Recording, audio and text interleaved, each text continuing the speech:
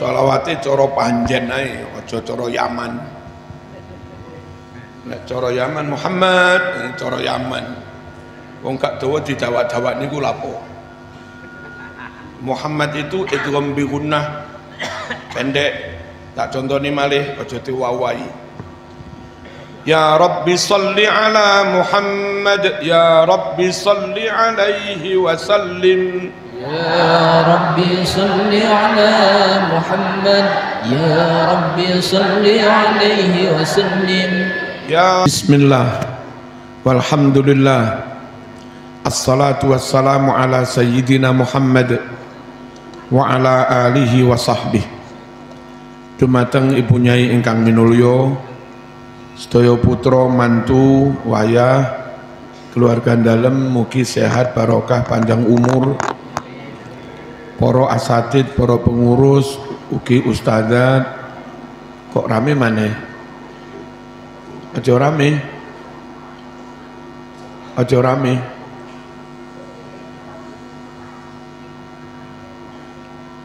Muga-muga pondok niki panggah barokah,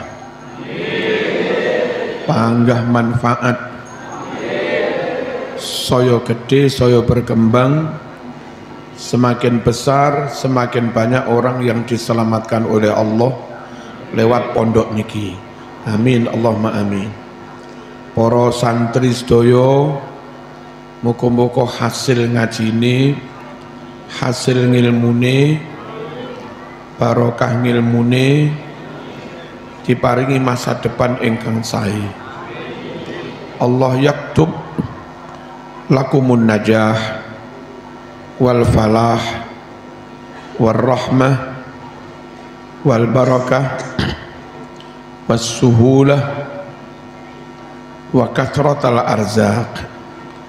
Muga-muga besok rezekine kathah. Amin, Allahumma amin.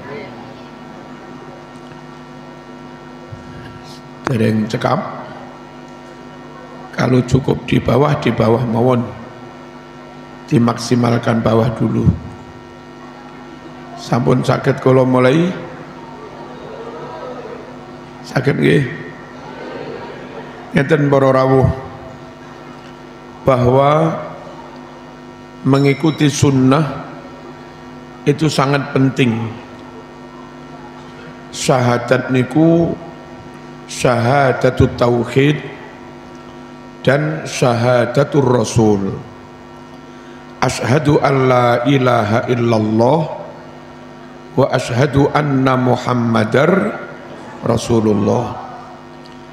Syahadat tauhid berkonsekuensi wajib meyakini kebenaran Quran, memegangi hukum Al-Quran. Asyhadu an la ilaha illallah. Syahadatul rasul berkonsekuensi seorang mukmin yang telah bersyahadat wajib meyakini kebenaran Nabi Muhammad SAW, wajib memegangi sunnah-sunnah dan hadisnya selagi itu hadis sahih. Itu konsekuensi dari mengucap wa asyhadu anna muhammadar rasulullah. Makanya pegangan umat Islam yang paling pokok dua. Taraktu fikum amrain lan tadillu ma in tamassaktum bihima. Saya tinggalkan untuk kalian semua dua pegangan, dua pusaka. Sekiranya kamu semua berpegangan kepada dua pusaka itu, selamatlah kamu. Kalau tidak, celakalah kamu. Nopo dua pegangan itu? Kitab Allah wa sunnata rasulih. Al-Quran dan Al-Quran dan sunnah. Allahumma shalli ala sayyidina Muhammad. Quran sangat tegas. Mereka yang mengimani sebagian Al-Quran Halo, madem mriki Mas, madem mriki no. Quran sangat tegas. Orang yang mengimani menerima hanya sebagian Al-Quran. Dia berani menolak dan kufur terhadap ayat atau surat yang lain. Orang seperti itu menurut Quran dinyatakan kafir. Wa yaquluna nu'minu bi ba'din wa nakfuru bi ba'din ulaika humul kafiruna haqqo. Orang yang dalam berislam punya ucapan, punya pendapat, punya wawasan, punya prinsip, sebagian dari Al-Quran kami imani, sebagian yang lain kami ingkari, sebagian surat kami terima, sebagian yang lain kami tolak. Orang yang iman kayak begini ini, ulaika humul kafiruna haqqo. Mereka adalah orang yang nyata-nyata kafir. Yang terang-terangan seperti itu mati sampai mati tetap begitu, itu mati murtad. Dan kalau mati murtad ya nggak usah didusi, nggak usah dikafani, nggak usah disolati, dan nggak boleh dimakamkan di makam wakaf khusus untuk muslim, nggak boleh. Allahumma shalli ala sayyidina Muhammad. Memegangi, meyakini kebenaran Quran menjadi syarat sahnya iman seseorang. Lalu Al-Quran juga mengatakan, fala wa rabbika la yu'minun hatta yuhakkimuka fima syajara bainahum thumma la yajidu fi anfusihim harajam mimma qadaita wa yusallimu taslima. Mas wong diwacane Quran dolenan iki piye? Sama ini santri apa ora iki? Allahumma shalli ala sayyidina Muhammad. Dirungokne Quran iku lho, noleh-noleh mana? Madhep rene. Ngarep ini. Sikute ra usah diobah-obahne Mas.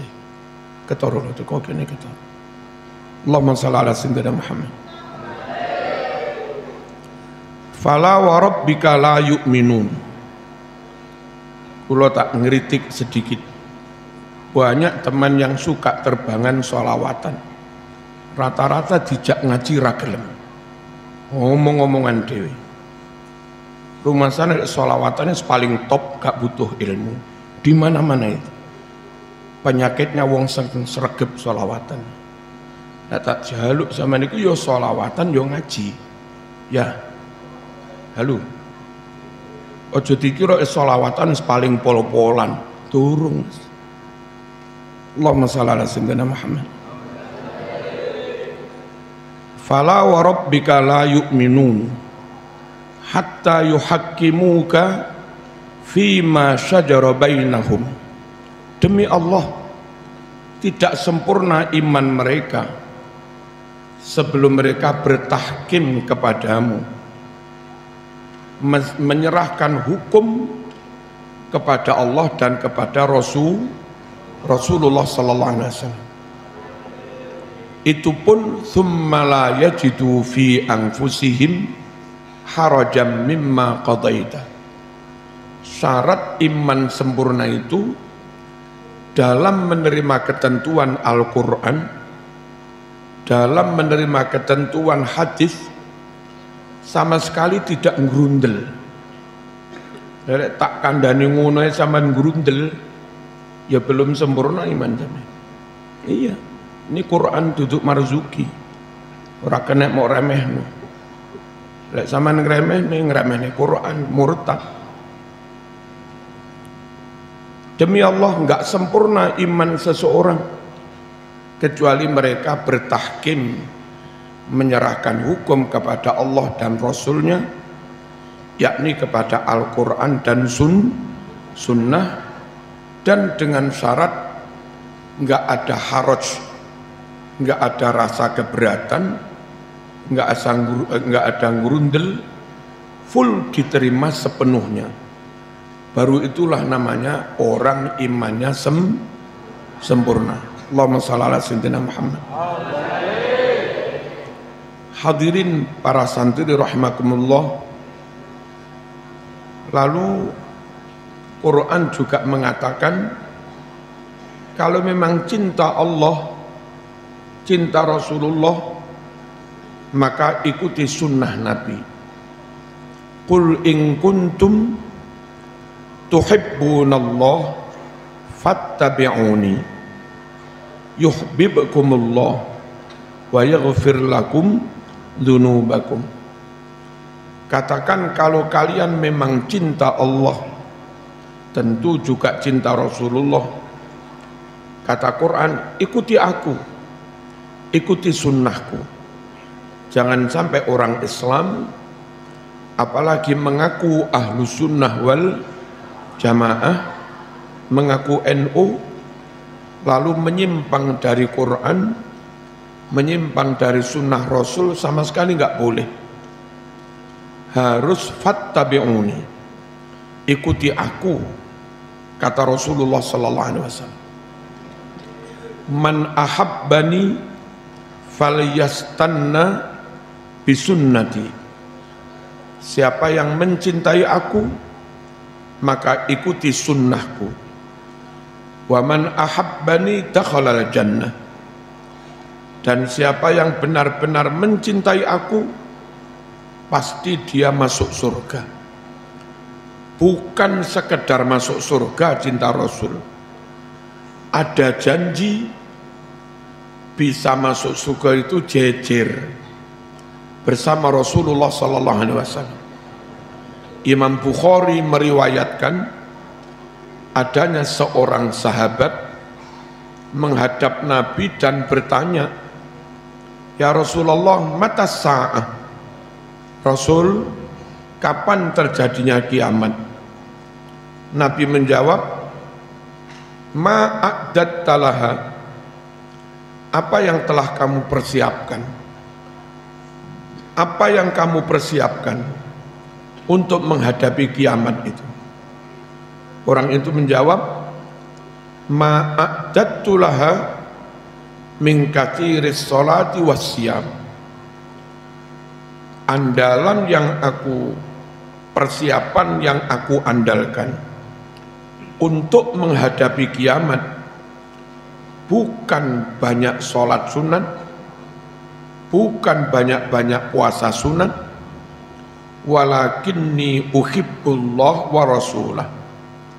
Andalan saya mencintai Allah dan mencintai Rasulullah sallallahu alaihi wasallam. Lalu di hadis Bukhari itu Nabi bersabda, "Anta ma'aman ahbabta." Kalau kamu memang mencintai saya, kamu nanti di hari kiamat dikumpulkan dengan orang yang kamu cintai itu, yakni kumpul Rasulullah sallallahu alaihi wasallam. Orang yang masuk surga, apalagi kumpul dengan Rasulullah, orang yang di padang mahsyar kumpul Rasulullah, enggak mungkin diazab. Wa ma kana Allahu liyu'adzibahum wa anta fihim. Allah tidak akan mengadab mereka Muhammad sedangkan kamu ada bersama mereka. Pokoknya kita nanti bisa bersama Nabi, enggak mungkin diazab. Nah, bisa bersama Nabi asal punya modal mencintai kanjeng Nabi. Nah, bukti mencintai kanjeng Nabi itu meyakini, menerima, memegangi, mengamalkan sunnah dan tuntunan Nabi Muhammad sallallahu alaihi wasallam. Tentu sebatas kemampuan masing-masing. Jangan abaikan sunnah, jangan sepelekan sunnah, jangan remehkan sunnah. Mas, madep sini mas, madep sini. Coba omong-omongan. Allahumma shalli ala sayyidina Muhammad. Coba omong-omongan. Sini. Kini setas manus omongan. Hadirin rahmakumullah. Loh, kula terusaken. Lalu bagaimana cara kita berkomitmen dengan sunnah supaya selamat? Satu, jangan keluar dari ahlus sunnah wal jamaah. Hampir semua golongan di luar ahlus sunnah wal jamaah itu kurang utuh, mas. Aja tolah-tolah. Menang ya, menang. Allahumma shalli ala sayyidina Muhammad. Supaya tetap utuh memegangi sunnah, jangan keluar dari ahlus sunnah wal jamaah.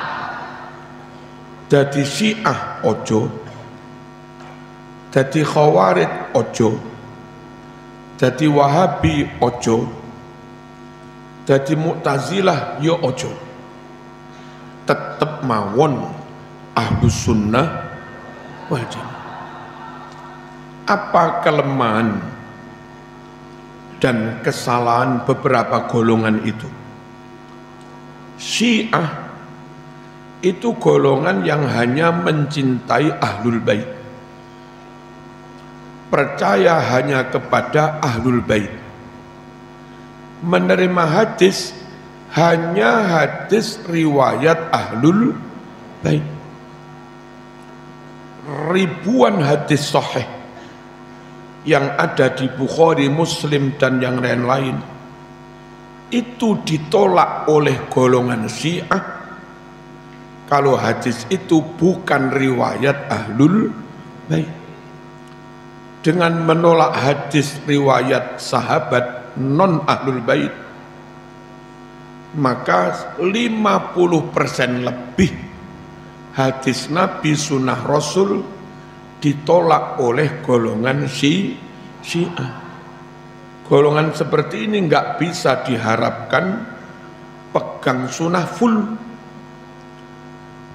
terima sunnah bulat nggak bisa, masuk kategori ingkar sunnah meskipun tidak 100% ingkar.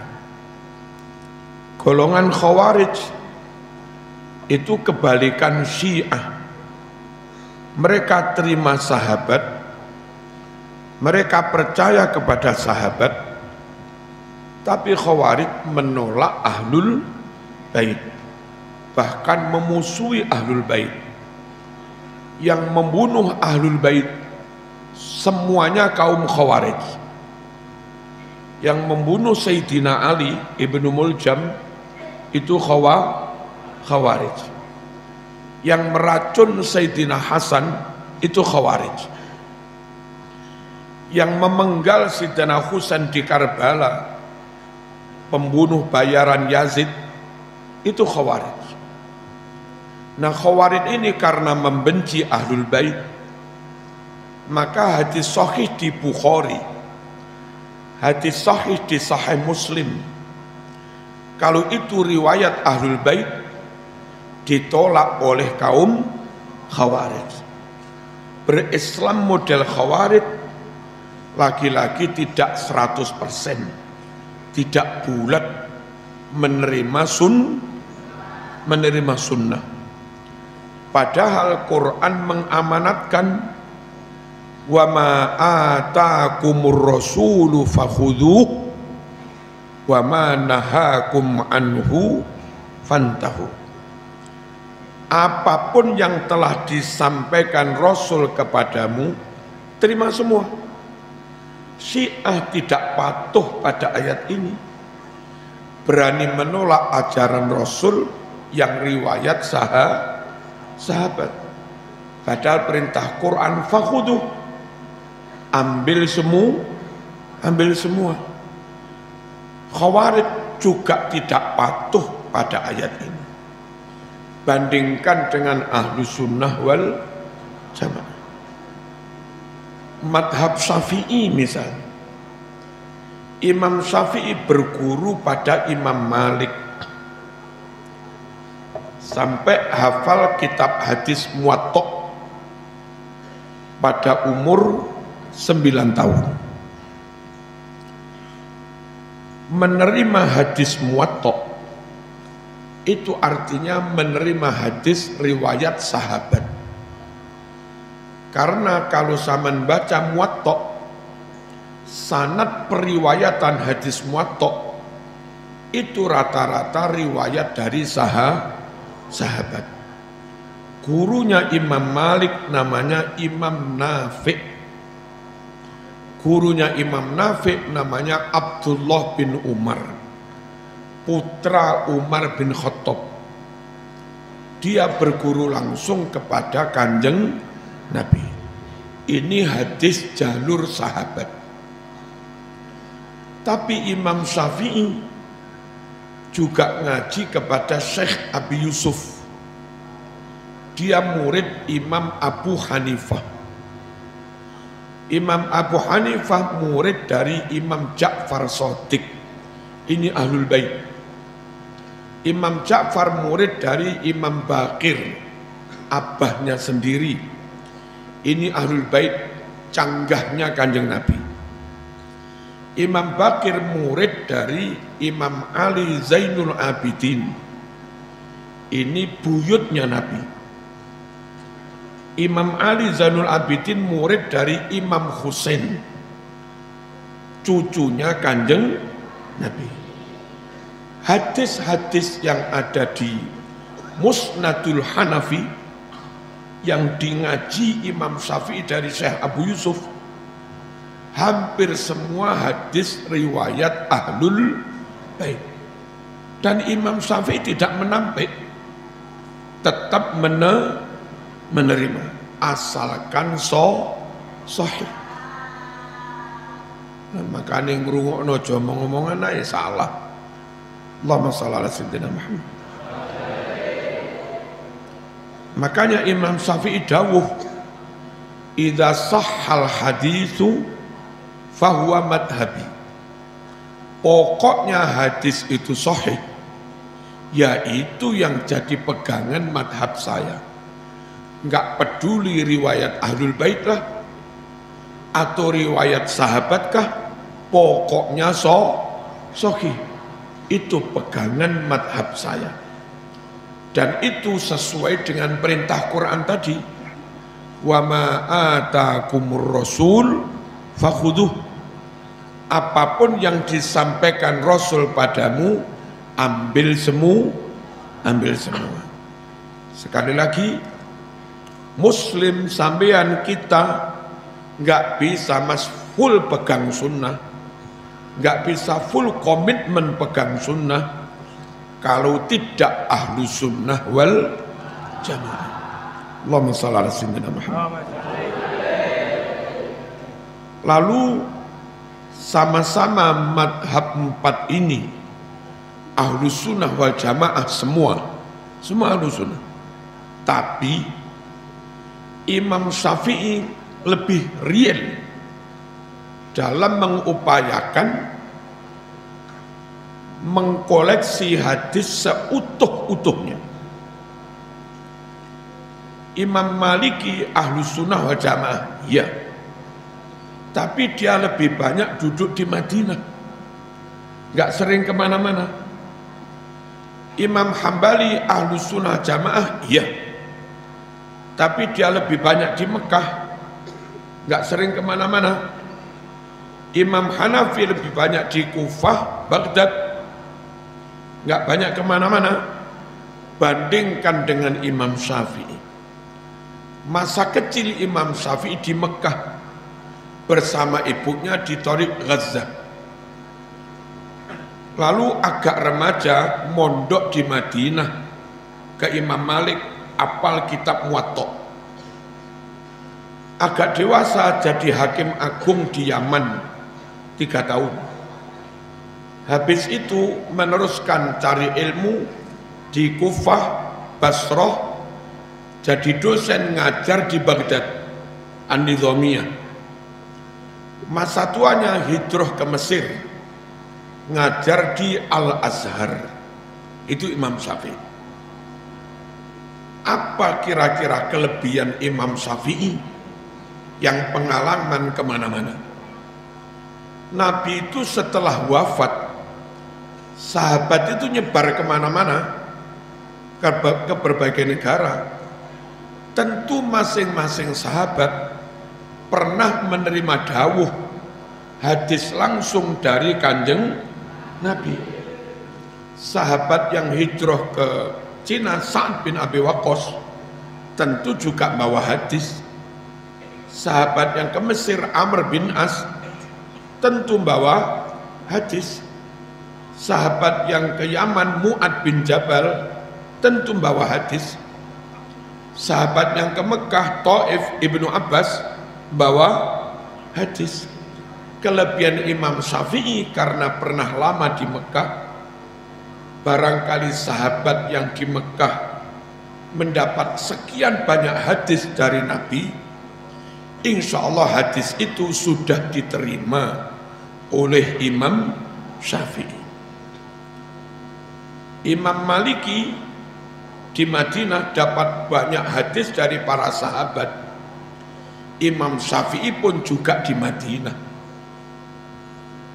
Mu'ad bin Jabal yang ditugaskan ke Yaman tentu juga membawa banyak hadis. Imam Syafi'i di Yaman 3 tahun, ambil hadis riwayat dari Mu'ad bin Jabal. Begitu juga Basrah, Kufah, Baghdad. Amr bin As hijrah ke Mesir, kalau bawa hadis, hadis itu tentu sudah nyampe juga ke Imam Syafi'i. Berahlu sunnah dengan memilih madhab Syafi'i itu antara lain dengan pertimbangan koleksi hadis oleh Imam Syafi'i insya Allah lebih lengkap, lebih memenuhi perintah Quran, wa ma atakumur rasul fakhudhu. Ayo cinta Rasul, ayo pegangi sunnah, ayo tetap ahlu sunnah wal jamaah, ayo tetap bermadhab Syafi'i. Urutan itu konsekuensi bagi orang yang bersyahadat wa asyhadu anna Muhammadar Rasulullah.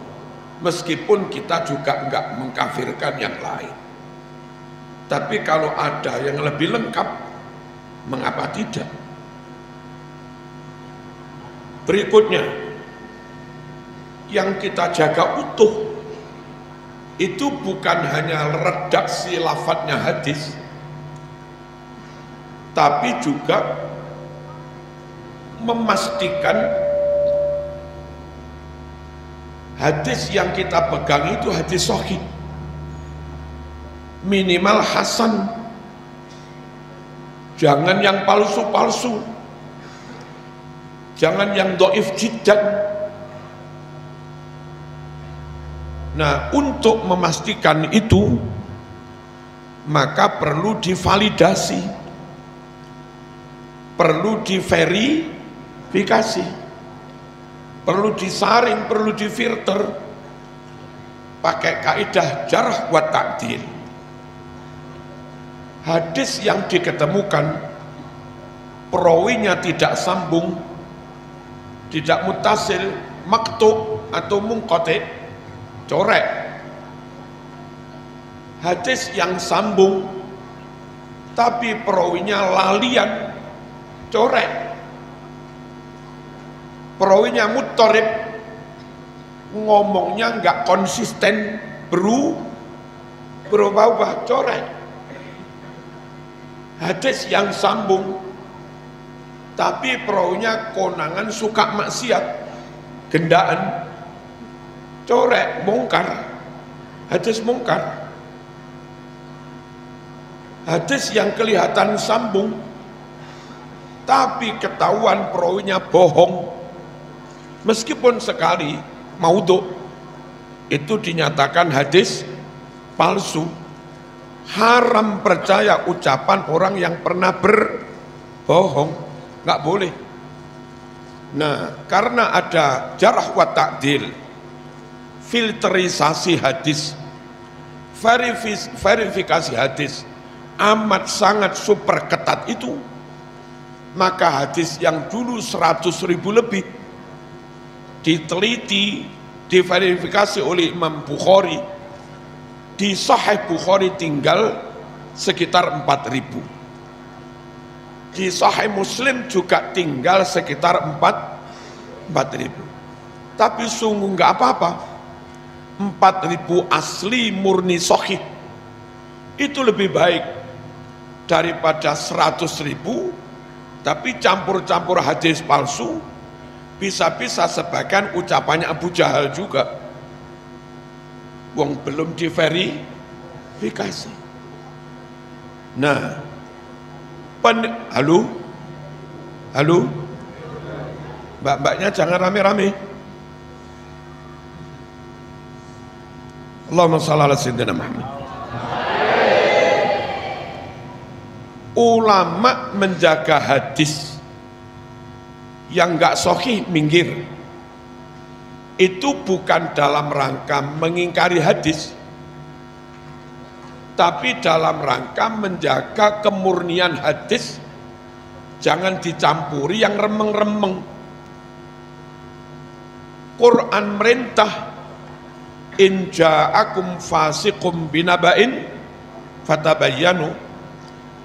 Kok rame lagi sih mbak-mbak ini? Rungokno mbak, sama ini butuh ilmu kok.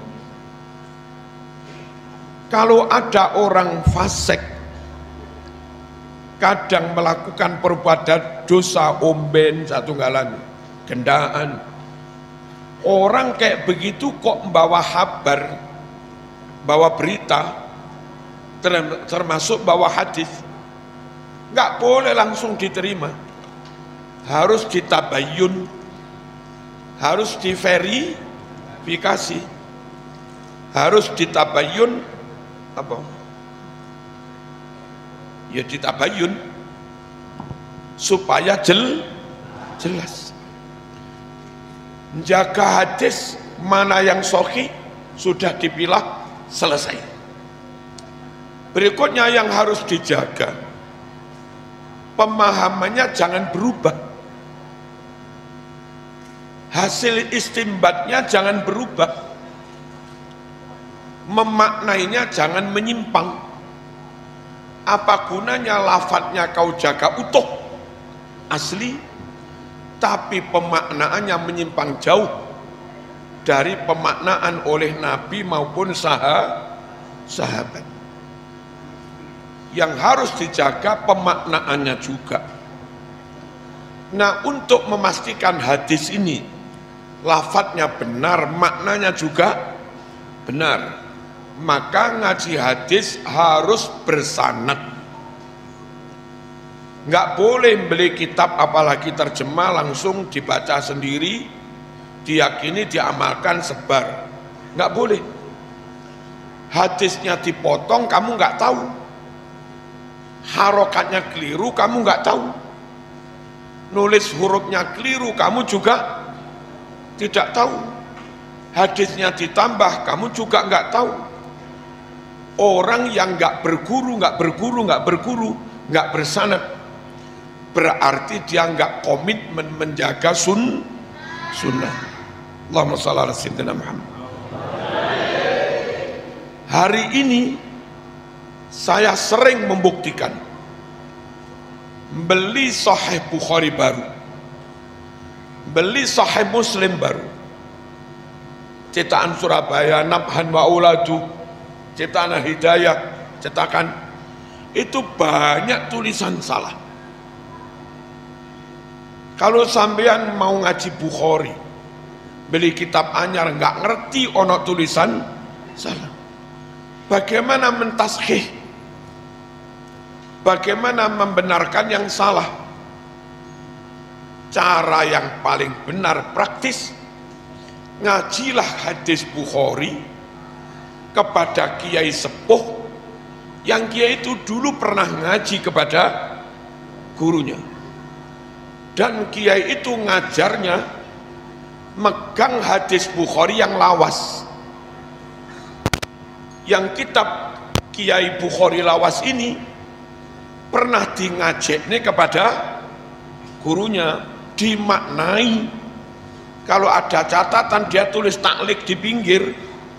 Nah, kita santri yang bawa kitab baru terus ngaji kepada mbahnya kayak begitu, nanti kalau kitabmu salah harokat dibenernya karo mbah yai, kalau kitabmu salah huruf salah titik dibenernya, kalau kitabmu hadisnya hilang satu diilingnya karo mbah yai.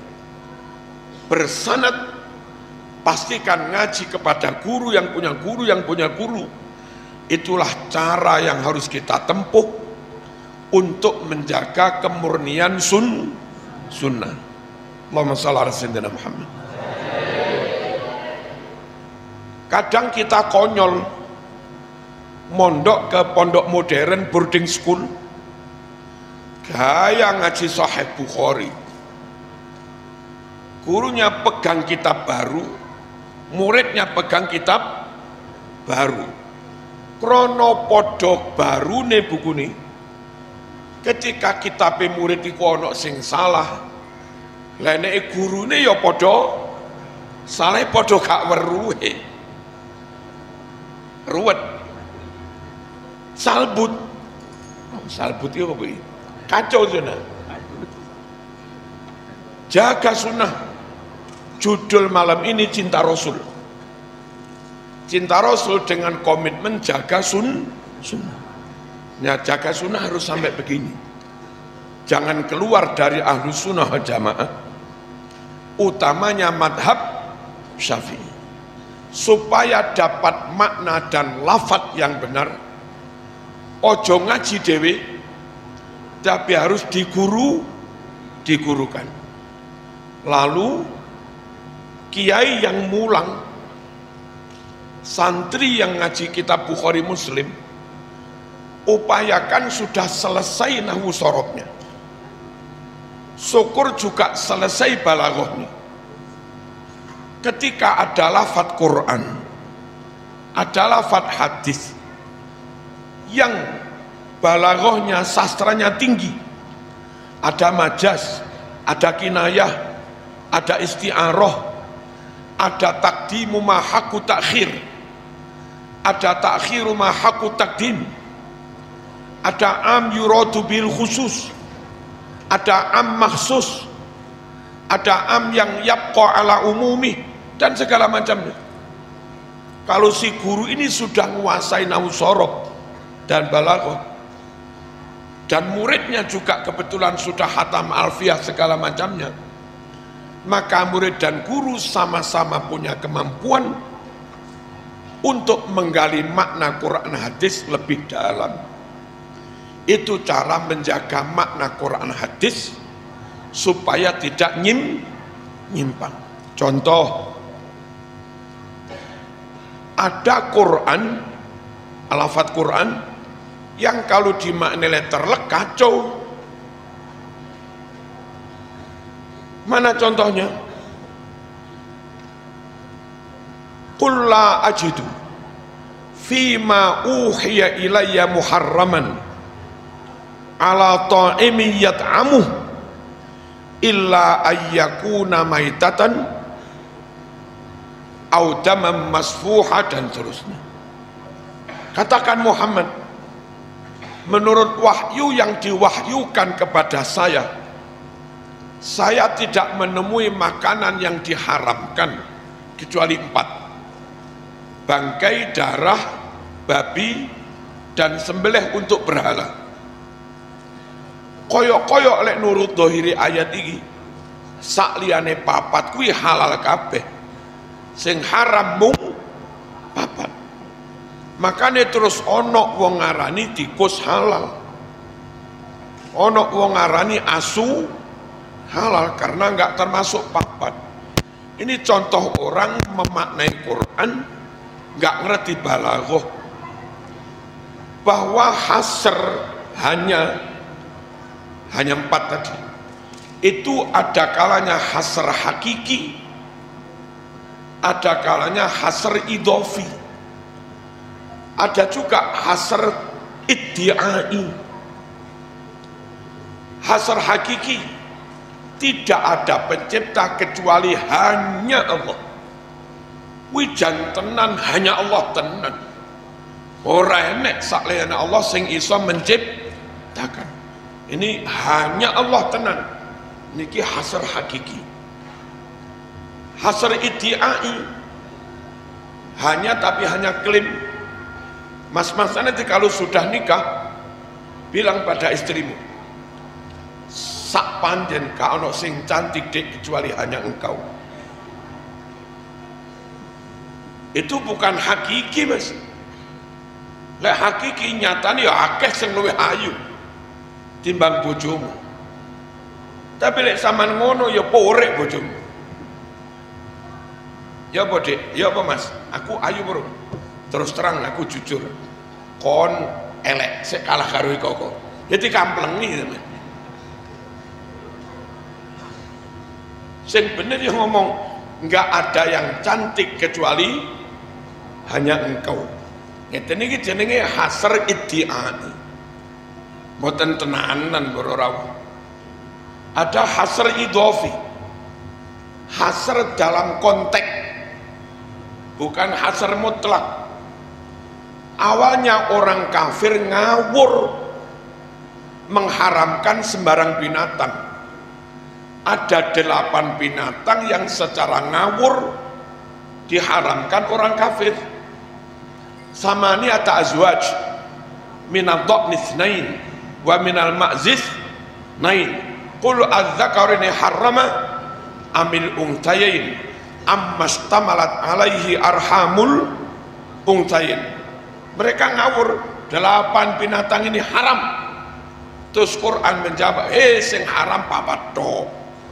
Maksudnya dalam konteks ini, dari 8 yang kamu sebut itu Mas, yang haram hanya 4. Ini hasr idhofi, bukan hasr mutlak. Mutlak yang haram papat tok, enggak. Lah mereka enggak ngerti ini. Paham ya? Ngaji kepada kiai-kiai NU.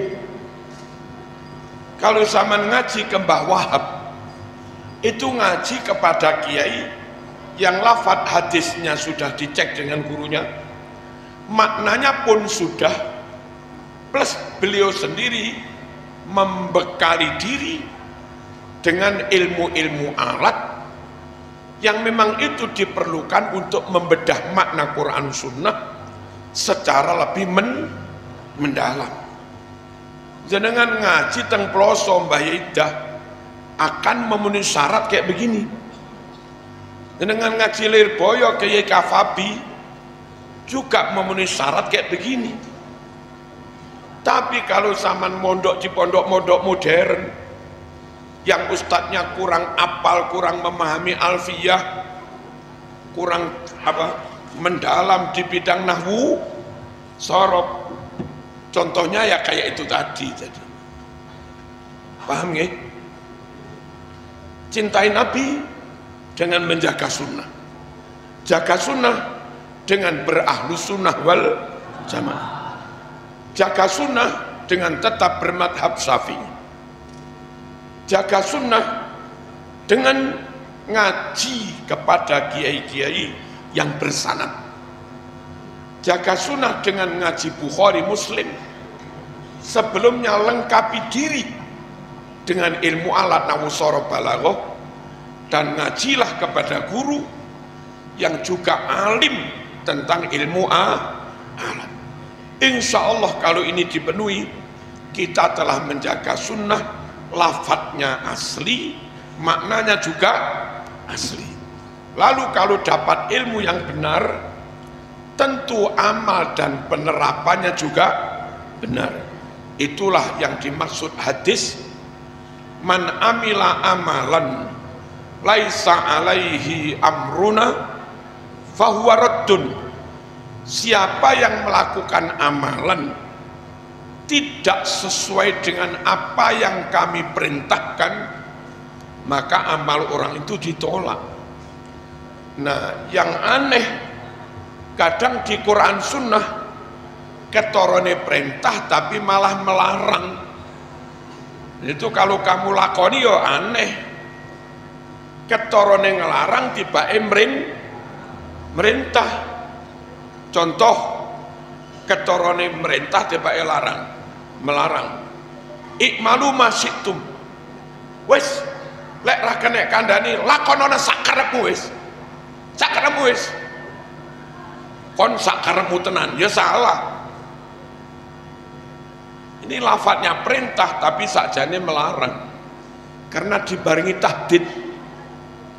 Saman matur ning ibumu le, "Bu, njaluk rabi." Ibumu kondo, "Ojo nak, tutupno kuliahmu." Wulan ngarep mulih ngono maneh, "Bu, njaluk rabi." "Ojo nak, tutupno skripsimu iku lho lah." Bareng ngono lagi rabi. Wulan ngarep ngono maneh, "Bu, njaluk rabi." Gregeten ibumu. "Rabi wis, rabi yo." Kandhane ra kena, "Rabi wis." Iku diperintah rabi apa tetap dilarang? Ya tetap dilarang, tapi ketorone perintah. Ketahuilah bahasa Quran sekarang bahasa tulis, bahasa hadis bahasa tulis. Sahabat yang dengar Nabi mengucap dengan nada tinggi sambil marah, sahabat tahu kalau itu melarang. Bareng wis dadi tulisan, perintah yang larangan, perintah yang merintah, karena bedanya wong tulisan kabeh. Ini butuh kajian mendalam tentang asbabun nuzul. Dan yang mengerti begitu ya kiai.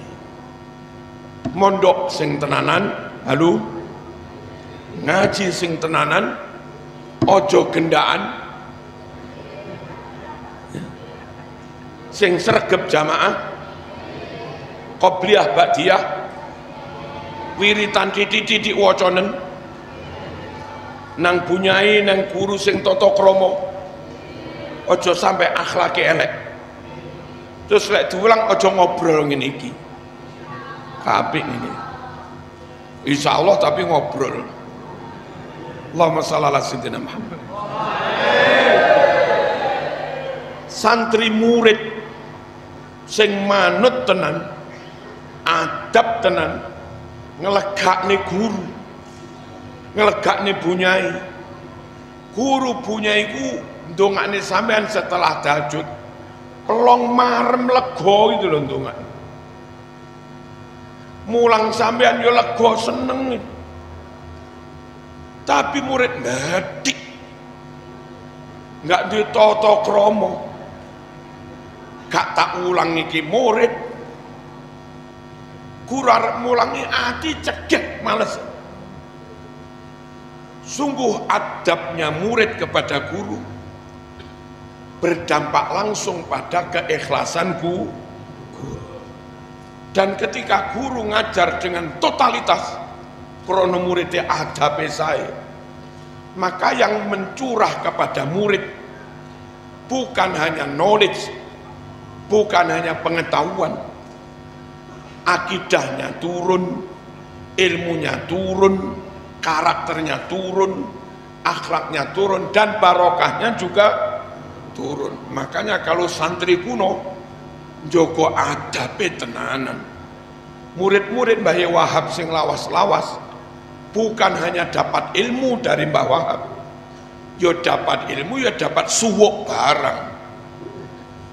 Mbah Wahab suwuke mandi, murid-murid lawas suwukane ya mandi. Liku barokahe gelem Joko adab, Joko tata krama. Muka-muka paham. Ini satu poin bagaimana kita merealisasikan, memanifestasikan cinta kepada Rasulullah sallallahu alaihi wasallam. Al-Fatihah.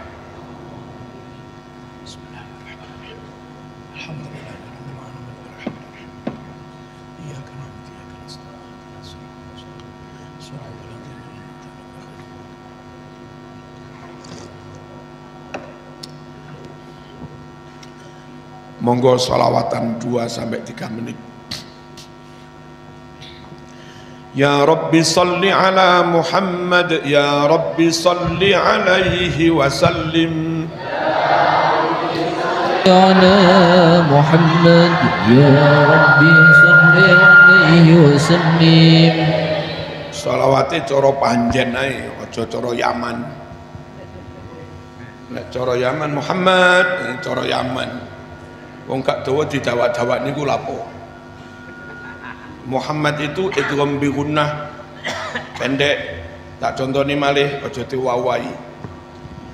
Ya Rabbi salli ala Muhammad, Ya Rabbi salli alaihi wa sallim. يا ربي صل على محمد يا ربي صل عليه وسلم.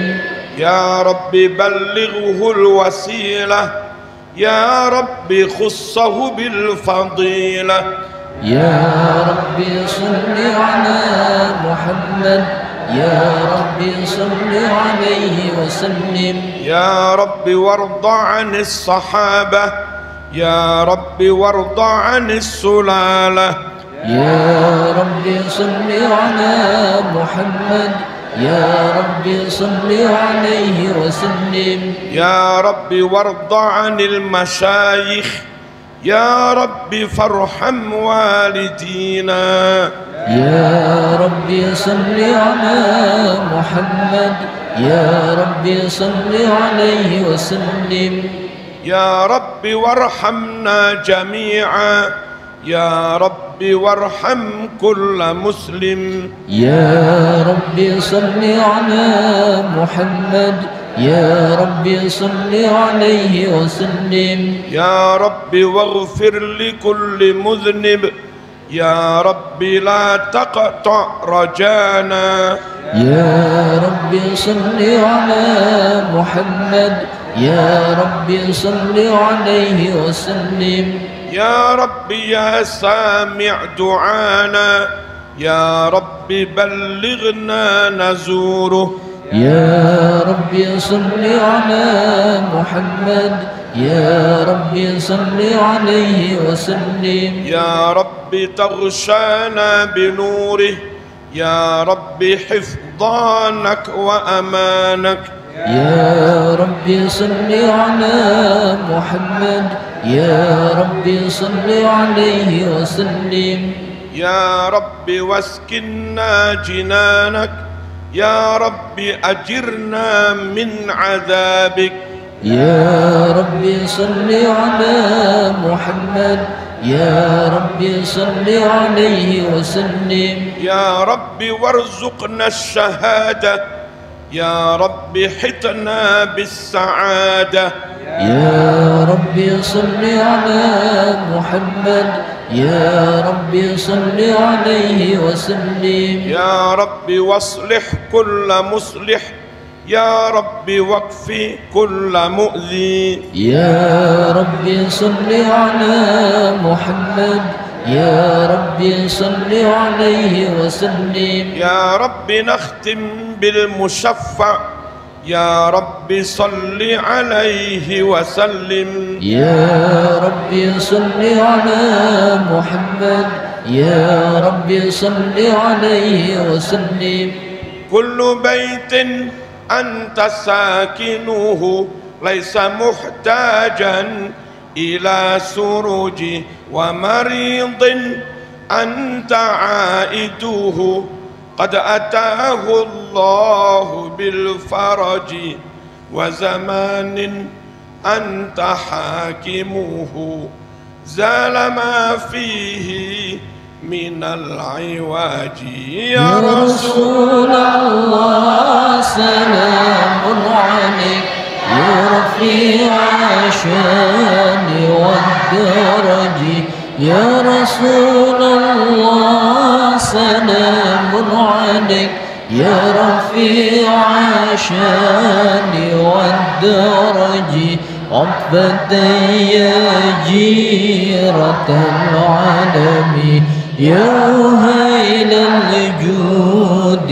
والكرم وجهك الميمون حجتنا يوم تأتي الناس بالحجج فجزاك الله خير الجزاء يا منير الكون بالبلج كل يوم نرتجي فرجا ربي عجل منك بالفرج يا رسول الله سلام عليك يا رفيع الشان والدرج يا رسول الله سلام عليك يا رفيع الشان والدرج عقبة يا